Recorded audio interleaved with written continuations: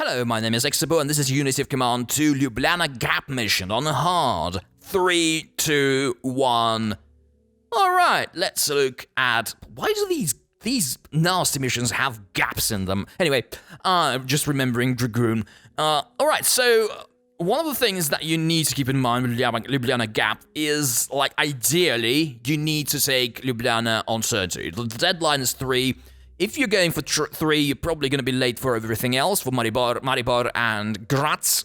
They are kind of tricky, and they're certainly the most difficult parts of the mission, so the sooner you get there, the better. And letting your tanks, like, rush through Ljubljana is pretty much the objective. But what I've done with the tanks right now is pretty much should be the guideline for you if you're trying to crack this mission. Getting those tanks as close to Ljubljana by the end of turn 1, yeah, it's already a good result. And so, let's see what the Germans do. So the guys that are advancing, by the way, I got rather unlucky with the guys advancing in the west, like on the road leading to Klagenfurt. So, like, usually I get better results on turn 1, but the point of those guys is to essentially to distract the enemy. So if they are trying to, like, because as you can see, the Germans have 3 powerful motorized and mechanized divisions, and you really need to distract them because they will throw a huge spanner in your works. Oh, holy crap! I actually took. It's been a couple of days, so I actually took Ljubljana. I took Ljubljana in dirt. Yeah, you dirty Ljubljana. Yeah, I forced them to retreat. Brilliant. This is wonderful. I got relatively lucky here. So, yeah, but this is very possible. Once again, like, I got rather unlucky with the weather and very lucky with the rolls. But in general, what I've done here actually allowed me to advance to Maribor very, very quickly. I will see how quickly I actually get it. So, at least reaching Maribor by the end of turn 4, actually holding at least one of those hexes next to Maribor or more, ideally more, is absolutely required here. If you don't, you're simply not going to take Graz on time, in most cases. And so here, the idea is, obviously the Germans have a bunch of troops guarding the other bank of the river, and yeah, those bloody bastards are getting lucky with the plane attacks. Actually, they're retreating, which is making me much easier for me to actually push through. But use your infantry to push through those zones of control, especially along that railway line. There is that infantry division in the mountains. Let's see what I do about it. I wonder if I'll attack it, or if I've decided to attack it. So to force it to become weak, so exerting no zone of control. And as you can see, the Germans are keeping those mechanized division around Klagenfurt, and the mechanized divisions will almost certainly run out of supply. They're like kind of static in a way. They're not trying to screw with you for the most part. The tanks are a concern. They'll probably counterattack, but as you can see, I'm trying to get as far as possible. Interesting. I'm trying to kind of, maybe because that Canadian division is kind of weak, so I'm not letting it do this primary duty of destroying enemies. And yes, I'm pushing it forward. Don't forget about your HQ. Move it at least to Ljubljana because, yeah, you'll need those abilities in Graz. And I'm gradually clearing out all those enemies. As you can see, the area around Klagenfurt has become a trap for the Germans because it's out of supply. And I think, yeah, even the tank division is not in supply. So, great.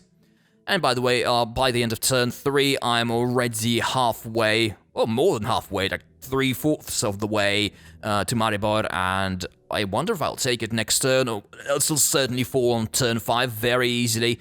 And the problem here is, like, breaking through to the other bank of the river. It might be a good idea to actually kick that infantry if you can, if you get good predictions. You can actually kick that infantry away from the bank of the river, and sometimes the other bank of the river. And sometimes the AI loves actually giving these guys rear guard, but it doesn't always happen, so don't get cocky there. Or, like, get good intelligence. Obviously, intelligence always helps. And, by the way, very good results. So, Maribor is mine on turn 4, which actually allows me to perhaps build the bridge build the bridge to the other side of the river, and already be able to push my tanks as close to Graz, because Graz is very good at slowing you down. That area, as you can see, it's like this narrow strip of land between two rivers, and the Hungarians, for the most part, will be able very easily restrict your motion. Actually, I realized that that area, that Graz area, is actually going to continue in the mission in the next conference, the 5th conference. Anyway, so yeah, interestingly, I seemingly didn't build the. Oh, I did build the bridge. I built the bridge. So and now I can actually move very quickly forward. And by the way, the Germans have counterattacked. This is what that tank division did happens pretty much always. The mechanized divisions are somehow slightly more passive, I found, and the AI prefers to actually destroy those bridges leading from Klagenfurt, rather than actually pushing those mechanized division forward. I don't know why.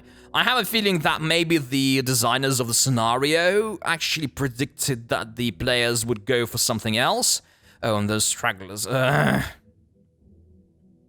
The scenario designers expected, the players to go through Klagenfurt and towards Maribor. Please don't do that. It's very slow, and it's very difficult to maintain good supply there. So just push directly. Forget about Fiume as well. As you can see, I'm not going to Fiume, and actually not being too much worried about actually protecting that area. I don't think I've ever seen the AI actually pushing around Fiume. It just doesn't happen. It just doesn't happen. Okay, let's see what the AI does. It can't do too much. Make sure that you don't forget about Zagreb, because the Hungarians, it's actually not Hungarians, it's the Croats. They know how to fortify, as you can see, and they can slow you down. Sometimes you might need to send one of the tank divisions to actually support to bolster your attack. But the most important bit is actually having a strong infantry unit there, at least one, with all of the standard complement of supply, especially steps, i.e. engineers, special forces, artillery, so just so that you can destroy enemy fortifications, not be affected by enemy fortifications, and ultimately, push through into Zagreb, because if you're well prepared, Zagreb is not a difficult objective. If you don't forget about it, please don't forget about it. Because it can screw, it can become a mission-ending objective, mission-ending failure. If you forget, if you fail to remember it and actually work on it. Okay, so the western part of the map is actually mine, and now I'm just gonna do the final touches to take all the remaining objectives. I think I'm pretty well positioned, and by the way, as I suggested, I sent my weaker tank division to actually function as a mobile reserve for the attackers of Zagreb. So just to clear the guys around the town, the city, and to make sure that, well, there's no one actually preventing my strong infantry from taking it. And those tenacious paratroopers, really annoying. But Graz is mine. By the way, Maribor gives you the Saturation Strike card. And if you use cards, unlike me, please, feel free to use it around Graz. That would be a very good use of that card. So if you're struggling with this mission, it's not necessary, but if you're struggling with this mission, it's a really reasonably good idea. By the way, keep defenders in Ljubljana. If the AI sees there's no one in Ljubljana, they will attack. Normally they won't, but if they see a gap, if they see an opening, they'll just take it and they'll use the opportunity. Alright, so turn 8, I need to take Zagreb. This is required now, but I'm very well positioned to actually take it, so I've got my breach duo. So, set-piece attack, and another actually, I just attacked them, yeah. And now I'm doing the feints, and now I can do a proper attack without any losses, and take Zagreb for myself. Alright, and this is it. Now I'm just mopping up everyone, and just for experience, and not doing anything else. This is how you deal with Ljubljana Gap. Thanks for watching, for listening, and until next time.